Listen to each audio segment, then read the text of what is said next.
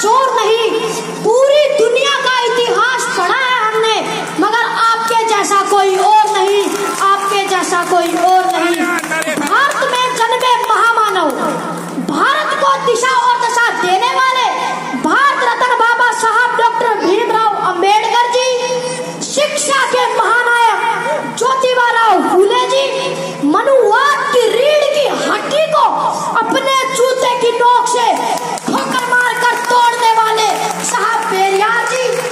London जाकर general Dyer के छाती में गोली मारकर अपना नाम शहीदों में शुमार कराने वाले सरदार उधम सिंह जी, भारत के दबे कुचले शोषित वर्ग को जगाने वाले साहब काशीराम जी, बहुजन समाज में जन्मे सभी संत महापुरुषों को नमन करते हुए सम्मान